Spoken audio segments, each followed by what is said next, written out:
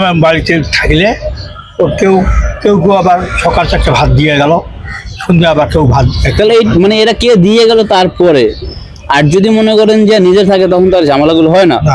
আর আপনি যদি একটা টিচার ছিলেন, আপনি তো মনে করেন যে আপনার বাসায় এসে মানুষ আরো থাকবে, খাবে, কিন্তু আপনি তো মানুষের চাই খাওয়া লাগে তাহলে হয়। আর এখন মনে করেন যে কি করেন, মানুষের চাই খান, মানে এর থেকে তো আর কষ্ট কিছু থাকতে পারে না।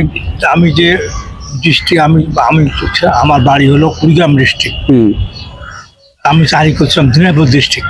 ও, দিনাজপুর চাকরি করছেন? হ্যাঁ, দিনাজপুর কাছে। দিনাজপুর যদি থাকতাম আমি, তাহলে ওখানে খাওয়া সম্মান বেশি পাইতাম। কিন্তু আমি তো দিনাজপুরে চাকরি করছি, আর গ্রামের বাড়ি আমার কুড়িগ্রাম।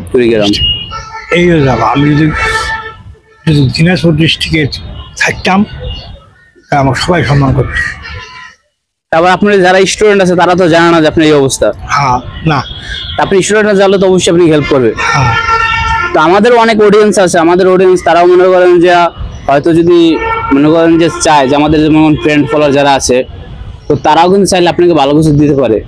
তো অবশ্যই আপনার মনে করেন সাহায্যের প্রয়োজন আছে না? আপনার ধরেন মনে করেন যে সুন্দর মতো সাজালে, মানে জাস্ট আপনার দেশের বাড়িতে যদি এখন আপনি থাকতে চান নতুন করে, ধরেন আপনি ধরেন বাড়ি ঘর জায়গা তো কিছুই নাই, তাহলে মনে করেন যে 1 লাখ 1.5 লাখ 2 লাখ টাকা হয়ে যাবে।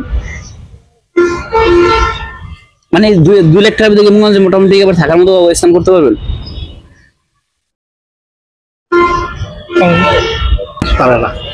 এখন মনে করেন যে আন্টির কথা তো আপনার লাভ নেই। আন্টি তো মনে করেন যে মহিলা মানুষ, আর মহিলা মানুষের বুদ্ধি ঠিক আছে ভালো, সবার বুদ্ধি কিন্তু ঠিক না। আন্টি হচ্ছে আন্টির মতো, আপনি হচ্ছেন আপনার মতন।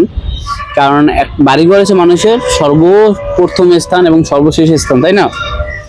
একটা মানুষের মনে করেন যে জায়গায় জন্ম, যে কিন্তু মৃত্যুবরণ করতে চায়।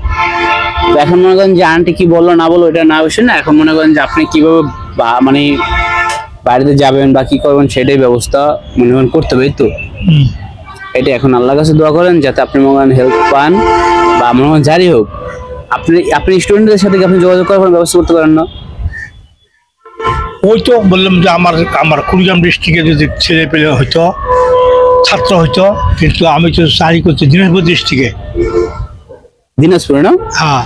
আচ্ছা, আপনি চাকরি করছেন দিনাজপুর আর আপনার বাড়ি হচ্ছে কুড়িগ্রাম। হ্যাঁ।